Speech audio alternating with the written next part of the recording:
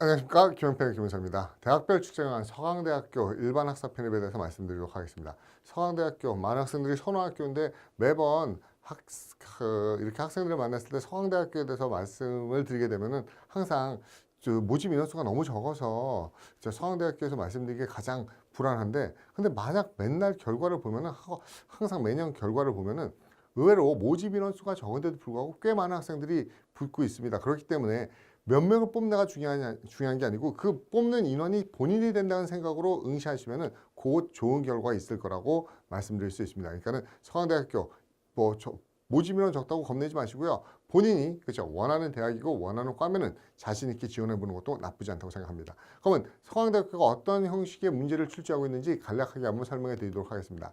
서강대학교 유형이 가장 많이 바뀌는 학교입니다. 매년 많이 바뀌어요. 그래서 옛날부터 좀 말이 많았습니다. 뭐 멀티블랭크도 냈다가 펑츄에이션 문제도 냈다가 특이하게 애널로지 유추 문제라고 해서 단어 짝짓기 문제도 냈다가 매번 많이 바뀝니다. 그래서 이 학교가 어떤 공통적인 특징을 가지고 있다라고 얘기하는 건 힘들어요. 근데 어려울 땐 상당히 어렵습니다. 지문이요.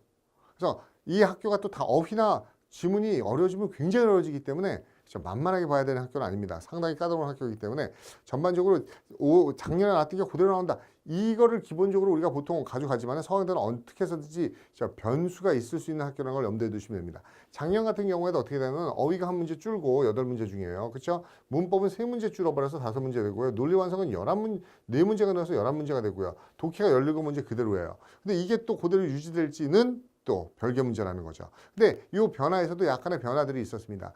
동의어 7문제가 출제되었어요.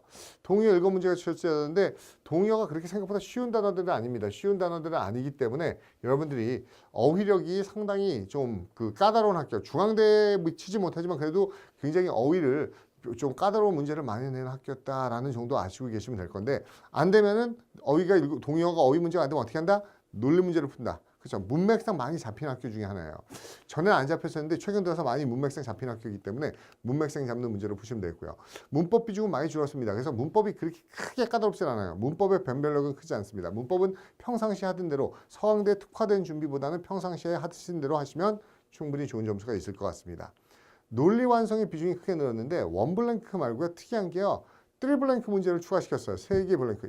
좀 더 제가 개인적으로 알기 때문에 말씀드리면 최근에 GRE 문제가 바뀌어서 GRE가 2블랭크에서 3블랭크 문제로 바뀌었거든요. 그래서 최근 GRE 문제를 어떤 레퍼런스로 해서 GRE 문제의 레퍼런스에서 많이 내지 않나라고 생각하는데 아직까지는 편입 전반적인 추세는 아니기 때문에 서강대 3블랭크 문제 정도는 GRE 문제 같은 걸 가지고 약간 연습을 하신다면은 좀 더 좋은 대비가 될 거라고 생각합니다.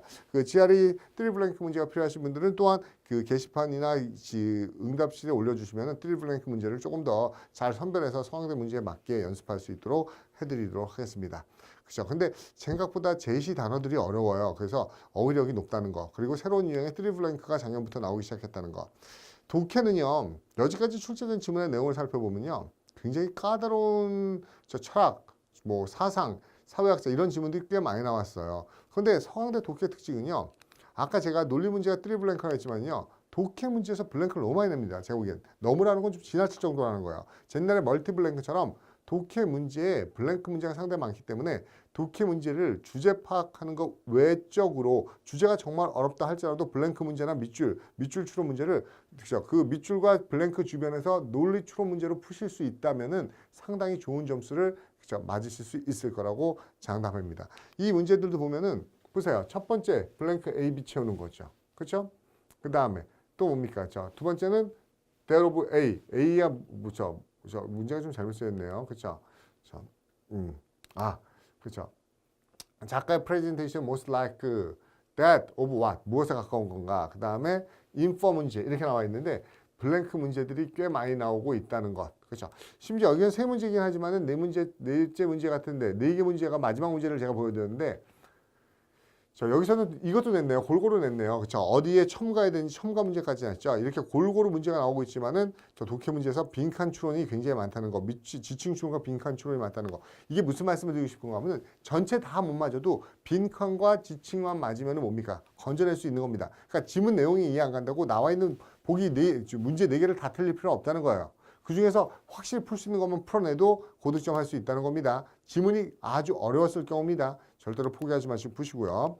그래서 마지막으로 서강대 편입영어 총평을 해드리면 지난 10년간 서강대 기출문제 보면은 그죠? 그 다음에 언제든지 바뀌면서 나올 수 있기 때문에 서강대를 준비하시는 분들은 좀 서강대만의 멀티플 랭크라든지 아까 얘기했던 아날로지 문제라든지 아니면 또 펑추에이션은 다시 나올 것 같지는 않아요. 펑추에이션은 논란이 많았기 때문에 안 나올 것 같지만은 특이했던 서강대 문제들을 한번 쭉 훑어서 이런 문제가 다시 되살아나고 다시 되살아나는 게 서강대 특징이니까요.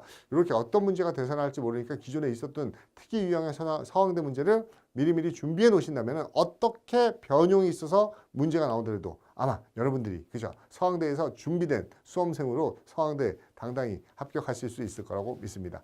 예, 서강대 편입영어 총평 마지막으로 해드리면서 분석 강의 마치도록 하겠습니다. 경영분석입니다. 감사합니다.